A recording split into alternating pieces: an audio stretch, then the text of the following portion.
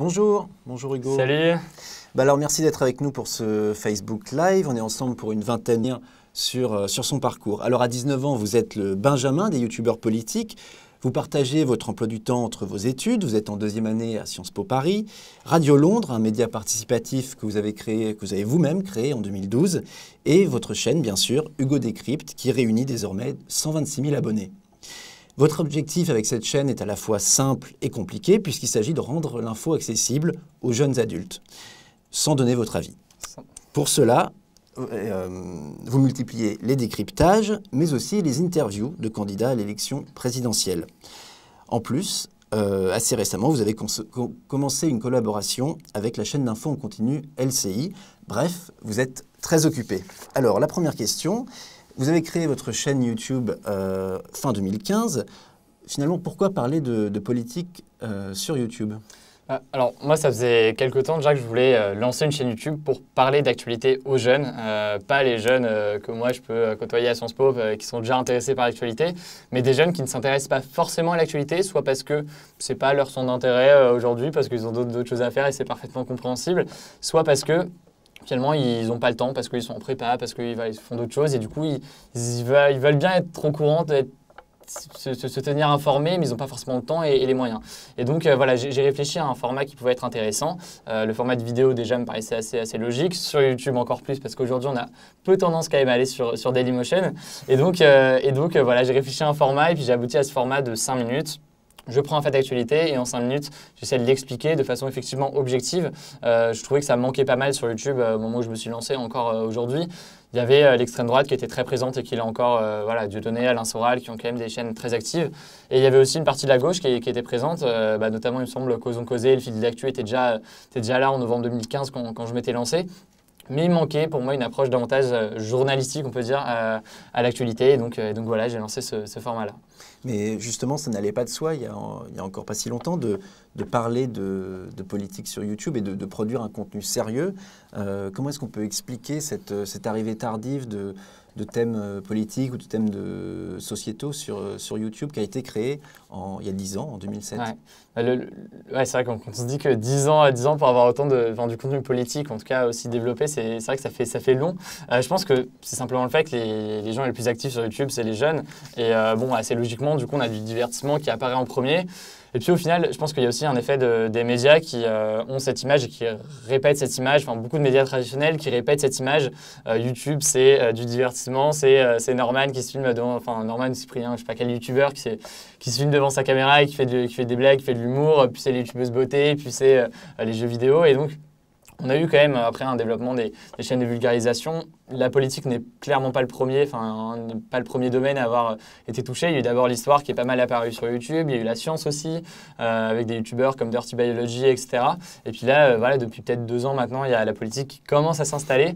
Peut-être qu'en 2022, on aura une place considérable dans le paysage politique et médiatique, entre guillemets, quoi. Alors, vous venez de parler de vulgarisation. Justement, ce que vous faites, on pourrait appeler ça, pour aller rapidement, du décryptage neutre. Alors, le décryptage et la neutralité, on sait que c'est 2 concepts qui vont pas sans poser de problème. Et vous, comment est-ce que vous concevez votre position ? Alors, moi, justement, effectivement, dans mon contenu, dans mes décryptages en 5 minutes, j'essaie vraiment de ne pas prendre parti et de garder de la distance par rapport au sujet. Et ça s'est fait progressivement, c'est-à-dire que dès le lancement de la chaîne, je me suis dit, je ne veux pas prendre parti, mais dans mon écriture, etc., c'est pas toujours simple de justement garder cette distance-là. Et je m'en souviens très bien, au mois de janvier, février, ma chaîne avait quelques mois, et j'avais fait une première vidéo sur Donald Trump où j'avais une sorte de parti pris quand même, dans le sens où il y avait un ton un peu moqueur, il y avait je sais pas, et j'avais publié cette vidéo et rapidement j'ai regretté et ça m'avait pas plu du tout parce que j'avais vraiment pas suffisamment de recul et je manquais d'objectivité en fait sur cette vidéo. Et donc au mois d'août, j'ai refait une vidéo sur Donald Trump, mais sur le programme de Donald Trump. J'ai fait aussi une vidéo sur le programme d'Hillary Clinton et cette fois-ci, j'ai montré les mesures qu'on trouve dans le programme de Donald Trump, qu'on trouvait, et pourquoi est-ce qu'elle faisait débat. Et comme ça, moi, je ne prenais pas parti personnellement, il n'y avait pas de ton moqueur, il n'y avait rien, mais j'essayais de montrer un peu les 2 aspects d'un débat sur tout un tas de sujets. Donc là, c'était l'élection présidentielle américaine. Là, c'est la même chose avec le décryptage des programmes des candidats. Voilà, l'idée de présenter les éléments principaux sans prendre parti. Et voilà, forcément, c'est pas simple parce que oui, j'ai une conscience politique, entre guillemets. J'irai voter en 2017, mais j'essaie le plus possible de garder de la distance. Mais cette approche-là, justement, on la trouve dans des médias traditionnels. Et vous, comment est-ce que vous vous placez par rapport aux journalistes traditionnels et notamment par rapport aux fameux éditorialistes à qui on reproche tant de choses? Ah oui, je me considère pas du tout comme un éditorialiste en l'occurrence. Je me considère pas comme un journaliste non plus parce que je sais pas, ça s'est fait progressivement et ok, je fais quelque chose qui s'apparente un peu à du journalisme. Pour autant, je sais pas, aujourd'hui, je me considère vraiment pas journaliste. Comment est-ce que je me place? Effectivement, il y a finalement, quand on prend le JT de 20h, le JT de TF1, ils ont d'ailleurs de plus en plus intégré des modules de décryptage où, voilà, alors en général, c'est pas le présentateur, c'est pas Pujadas qui le fait, c'est quelqu'un qui vient sur le plateau, qui explique un fait, qui explique, je sais pas, qu'est-ce que c'est que l'inflation, enfin, des éléments comme ça qu'ils ont intégrés au sein de leurs émissions. Mais le truc, c'est que ça peut pas suffire. Pour moi, il y a aussi une question de format, et le format, c'est aussi le fait que oui, aujourd'hui, les jeunes ne sont pas devant la télévision, encore moins à une heure précise pour regarder un programme, ou en tout cas de moins en moins. Et donc, il fallait aussi développer quelque chose avec des formats nouveaux, et avec des codes nouveaux. Moi, j'ai décidé tout simplement d'adopter les codes qu'on peut avoir sur YouTube, le format podcast que j'évoquais au début de l'interview, de ce live. Et du coup, voilà, c'est pas simplement une question de décryptage. Effectivement, du décryptage, il y en a dans les médias traditionnels. C'est aussi une question de format et je pense qu'il y a aussi... ouais. Ce qu'il y a peut-être moins justement dans les médias traditionnels, c'est l'interaction qui va avec YouTube. Et comment est-ce que ça fonctionne, ça? Je pense qu'il y a deux choses. Il y a le caractère, effectivement, la personnalisation, entre guillemets, du média, dans le sens où, effectivement, la chaîne s'appelle Hugo Décrypte. Et pour moi, c'était important parce que sur YouTube, c'est quelque chose qui est quand même très présent dans les codes de YouTube. Sauf les chaînes communautaires qui rassemblent plusieurs YouTubeurs, on a surtout des YouTubeurs. Norman fait des vidéos, Cyprien, voilà. Et c'est pareil pour quasiment toutes les catégories. Et ça me semblait important d'incarner ça pas mal. Et deuxième chose, j'ai oublié. Mais c'est pas grave. On parlait notamment des formats. Oui. Et en regardant votre chaîne récemment, j'ai vu que vous aviez lancé un format qui s'appelle le gaming présidentiel. Alors c'est une super idée puisque vous allez pouvoir le. Je peux le présenter. Le principe, il est très simple. On est posé sur un canapé. Je suis avec un militant d'un candidat, un militant d'un autre candidat, et pendant 1h, 1h20, ils jouent à un jeu. Là, c'était FIFA pour le premier, dimanche après-midi, ce sera Mario Kart. Et pendant 1h, 1h20, ils jouent et en même temps, ils débattent. Et voilà, ils débattent de tout un tas de sujets que moi, je peux évoquer par ailleurs sur ma chaîne. Donc, on parle du programme, on parle vraiment de fond. Et en même temps, on s'amuse un peu. Il y a un côté assez chill, entre guillemets, sur le format. Et en même temps, on parle vraiment de fond. Enfin, ça, c'est un impératif pour moi. Là, sur FIFA, il devait vraiment se concentrer parce que c'est un jeu où il faut être assez concentré. Mario Kart, a priori, ça devrait être un peu moins le cas. Donc, on pourra encore plus parler de fond. C'est simplement une volonté d'essayer d'innover sur des nouveaux formats. Ça faisait longtemps que je voulais faire du live pour avoir davantage d'interactions, justement. Ça plaît énormément. Enfin, il y a eu un pic à 2000 personnes et il y a eu plus de 50 000 vues maintenant sur la vidéo. Ça plaît pas mal. Et l'idée, c'est de développer ça, quoi. Donc, Est-ce que vous pensez qu'un jour, on fera ça avec les vrais candidats? Moi, honnêtement, ce serait super cool, quoi. Alors après, je suis pas certain qu'il y en ait beaucoup qui sachent jouer à FIFA, mais c'est pas forcément d'ailleurs des jeux vidéo. On peut faire, je sais pas, on peut faire des jeux de société ou des trucs beaucoup plus accessibles, entre guillemets, pour des candidats. Pourquoi pas? Ça pourrait être cool. Ouais. Bon, alors on va peut-être prendre une première question sur Facebook. Raoul nous demande si être si jeune pour parler politique, est-ce que c'est un avantage ou un inconvénient pour vous? Alors, je pense que c'est un avantage et je vais expliquer pourquoi. Pour deux choses en fait. On parlait du processus d'identification sur YouTube qui est très présent. Effectivement, je pense que si demain il y a Pujadas, lui il est connu, mais bon, un journaliste qui a 40-50 ans qui se lance sur YouTube et qui fait sa chaîne pour parler d'actualité, ça aura peut-être pas ce même processus d'identification qui est assez, je pense, assez important sur YouTube. Ça c'est la première chose. Et la deuxième chose, c'est que moi, il y a des sujets d'actualité. Je m'intéresse à l'actualité depuis 2012 et voilà, je suis à Sciences Po, je baigne vraiment là-dedans. Et pour autant, voilà, il y a beaucoup de sujets que je ne connais pas forcément. Et ce simple fait de ne pas connaître les sujets vraiment forcément à l'avance, comme quand j'ai fait là une vidéo sur le conflit en Syrie, et de découvrir le sujet, alors pas en même temps que la personne qui va regarder la vidéo, mais en préparant la vidéo et en écrivant le texte, ça fait que j'arrive, je pense, à voir plus facilement les éléments qui peuvent être compliqués parce que moi-même, il y a quelques heures, il y a quelques jours, je ne connaissais pas bien le sujet. Et donc voilà, le fait d'être jeune là-dessus, en l'occurrence, peut être un avantage pour moi, il me semble. D'accord. Et forcément, on parle de youtubeurs politiques, mais on est obligé de parler aussi des responsables, des politiques qui sont sur YouTube. Et on a justement une question par rapport à ça. Julien qui nous demande, bien que je ne sois pas d'accord avec toutes ces idées, Il faut bien avouer que le premier youtubeur politique de France, c'est Jean-Luc Mélenchon. Alors, effectivement, en termes d'abonnés, il est loin devant. Il a 2 fois plus d'abonnés que moi, là. Mais j'espère le rattraper, là. Bon, c'est peut-être que ça va le faire. Non, honnêtement, bah oui, non, mais je suis d'accord. Et moi, sur la chaîne YouTube de Mélenchon, mais pour toutes les chaînes YouTube politiques, d'hommes politiques, moi, je trouve ça bien. Honnêtement, ils s'adressent aux jeunes, ils essaient de s'adresser aux jeunes. Ils reprennent, en tout cas, ils essaient de reprendre les codes de YouTube. Il y a une interaction qui se fait, ils répondent à des questions des jeunes, donc en cela, c'est quand même cool. Après, moi, je pense pas que ça peut suffire, dans le sens où, encore une fois, je pense qu'il faut pas qu'il n'y ait plus de journalisme, qu'il n'y ait plus de, justement de cette contradiction, de ce jeu de questions-réponses, etc. Et du coup, voilà, je pense que c'est bien, mais il faut en complément des vidéos avec une autre approche, un peu plus objective, pour parler de politique aux jeunes, quoi. Mais qu'est-ce qui a fait le succès, finalement, de la chaîne de Jean-Luc Mélenchon ? Le fait que justement, je pense qu'il est très bien conseillé et je pense qu'il a très bien su adopter. Après, je pense qu'il lui aussi est pas mal intéressé par ça, mais je pense qu'il a su adopter les codes de YouTube et surtout, il y a eu quand même des éléments déclencheurs. Il y a eu la mobilisation du forum jeuxvideo.com qui a été très, très, très importante pour donner un coup de boost à la chaîne et ne serait-ce que d'ailleurs pour que les médias traditionnels en parlent, c'est-à-dire que effectivement, en l'espace de quelques semaines, il y a eu une croissance de je sais plus combien de pourcentage, ça fait 1 fois 10 quoi. Et forcément, du coup, les médias sont là, wow, qu'est-ce qui se passe, genre. On entend Mélenchon sur sa chaîne YouTube qui dit qu'il préfère parler ici parce qu'il peut faire 300 000 vues, soit plus que certaines chaînes d'infos et du coup pour lui c'est bien. Et donc voilà, ce qui est intéressant pour la chaîne YouTube de Mélenchon d'ailleurs, c'est que pour lui, c'est intéressant de parler effectivement à des jeunes qui sont sur YouTube, etc. Mais c'est aussi intéressant du point de vue des médias traditionnels parce que c'est un très gros élément de communication de pouvoir dire, bah regardez, moi je suis... Parce qu'on a tendance à dire que c'est Macron qui est en avance sur le numérique, sur tout ça. Et justement, Mélenchon a très bien réussi à montrer que lui aussi en était capable. Et il y a eu ça, il y a eu l'hologramme. Enfin, c'est beaucoup de coups de com' comme ça qui sont assez intéressants aussi, quoi. D'ailleurs, c'est assez étonnant de voir qu'Emmanuel Macron, il a une chaîne YouTube aussi, mais qu'il n'a pas tout à fait repris les codes de YouTube et les vidéos qu'il fait chaque semaine sont encore assez et d'ailleurs, au-delà de ça, je pense que c'est aussi, je vois effectivement, je suis allé sur la chaîne YouTube l'autre jour et le nombre de pouces rouges, de commentaires assez haineux, etc. Je pense que c'est aussi dû au fait que sur YouTube, il y a quand même cette tendance quand même anti-système qui est très importante vis-à-vis des médias, mais aussi vis-à-vis des politiques. Et Macron représente pour beaucoup le système. Et donc voilà, il s'est fait forcément par tous les mélenchonistes, tous les gens qui sont présents sur YouTube, il y a eu quand même une virulence assez importante, quoi. Mais alors de façon plus générale, la chaîne de Jean-Luc Mélenchon marche beaucoup mieux que les autres, mais les autres sont quand même présents. Donc finalement, il y a quand même pas mal de gens, de jeunes qui se renseignent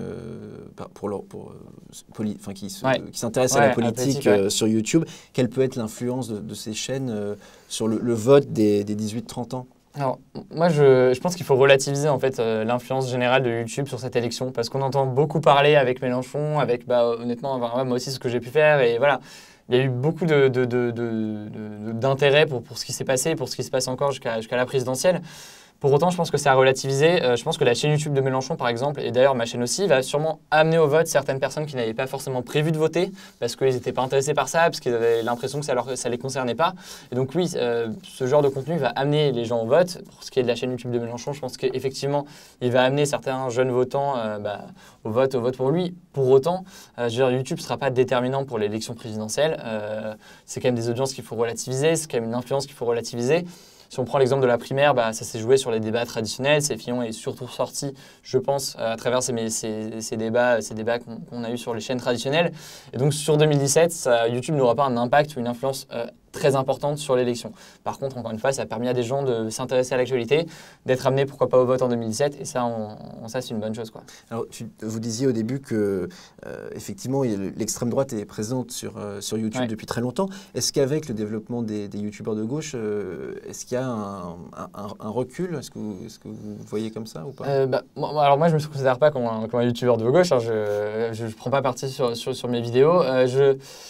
Je pense qu'effectivement, ça c'était l'objectif de toute façon, je pense, des youtubeurs, Osons Causer, etc. C'était vraiment de contrer l'extrême droite sur ce créneau-là.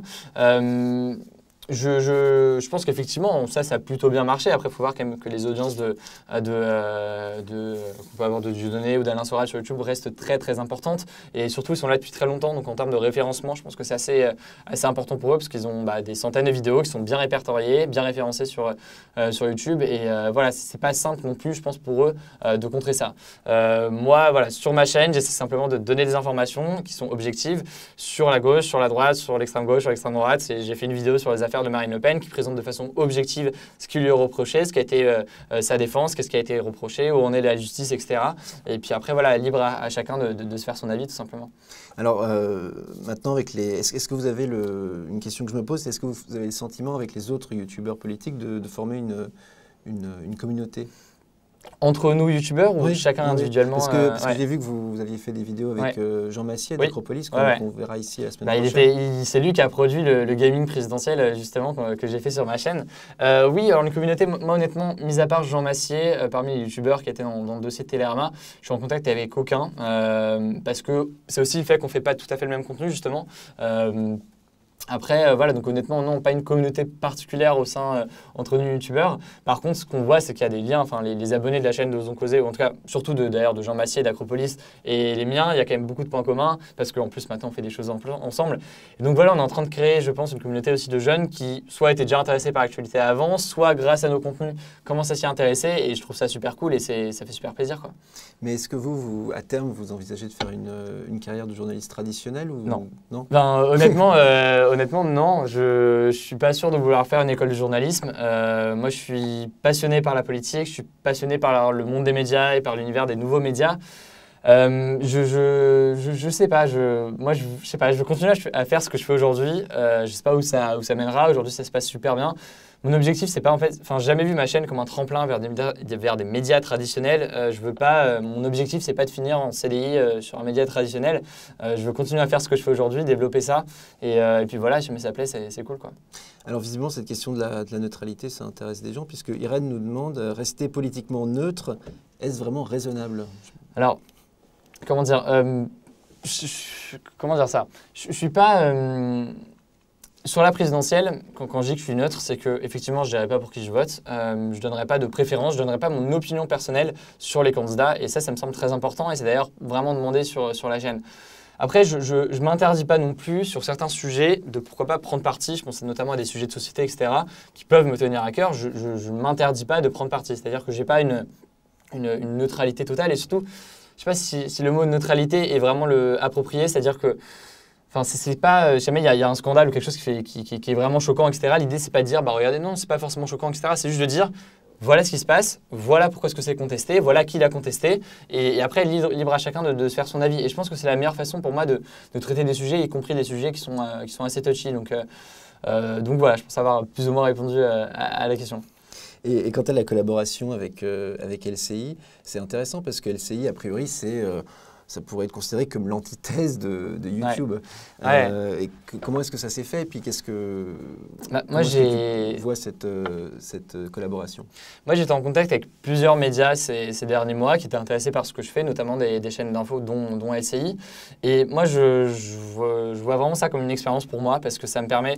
Non seulement ça me permet de ne pas abandonner ma chaîne parce que vraiment je continue, en fait LCI diffuse certaines vidéos que je diffuse sur ma chaîne. Autrement dit, c'est vraiment un partenariat de diffusion et on bosse ensemble sur certaines choses. Et pour moi, c'est vraiment une expérience enrichissante de pouvoir travailler. Enfin, j'ai un bureau chez LCI et je bosse, je vois des journalistes, des rédacteurs en chef, des JRI et pour moi, c'est vraiment extrêmement enrichissant parce qu'effectivement, je suis passionné par l'univers des médias et de bosser avec des gens qui bossent là-dessus depuis des dizaines d'années, qui certes n'ont pas les mêmes formats, n'ont pas les mêmes codes, n'ont pas les mêmes styles d'écriture. Il y a plein de choses qui nous différencient et en même temps, il y a quand même des éléments qu'eux ont appris par l'expérience et qui, pour moi, sont extrêmement enrichissants. Donc pour moi, c'est vraiment une expérience qui est super, vraiment que je ne regrette pas du tout, qui est super sympa et qui me permet encore une fois de ne pas abandonner ma chaîne tout en effectivement touchant un public qui est plus large. Thierry Tuillier, le directeur général de LCI, c'est ce qu'il m'a dit et c'est ce qui est très clair, c'est que ce qu'il souhaite, c'est porter ce que je fais sur ma chaîne sans le changer, mais le porter à une nouvelle audience que moi je ne vise pas, à savoir effectivement une moyenne d'âge qui est un peu plus âgée sur LCI. Et voilà, pour moi, c'est super de pouvoir porter ce contenu à d'autres personnes sur d'autres Et puis ça permet visiblement de travailler différemment. Encore une fois, voilà, travailler différemment. Et puis, même si mon contenu ne change pas, parce que c'est moi qui écris toutes mes vidéos, etc., je suis en discussion avec, je rencontre encore une fois des JRI, des rédacteurs en chef et tout, et c'est extrêmement enrichissant pour moi. Et du coup voilà, c'est une super expérience, quoi. Mais en fin de compte, tout ça, ça fait un emploi du temps extrêmement chargé. Alors, comment est-ce que vous faites pour comment je fais? Je sais pas trop. Enfin, honnêtement, oui, c'est un peu le rush. Là, je pense que ce sera encore le rush jusqu'à la fin de la présidentielle.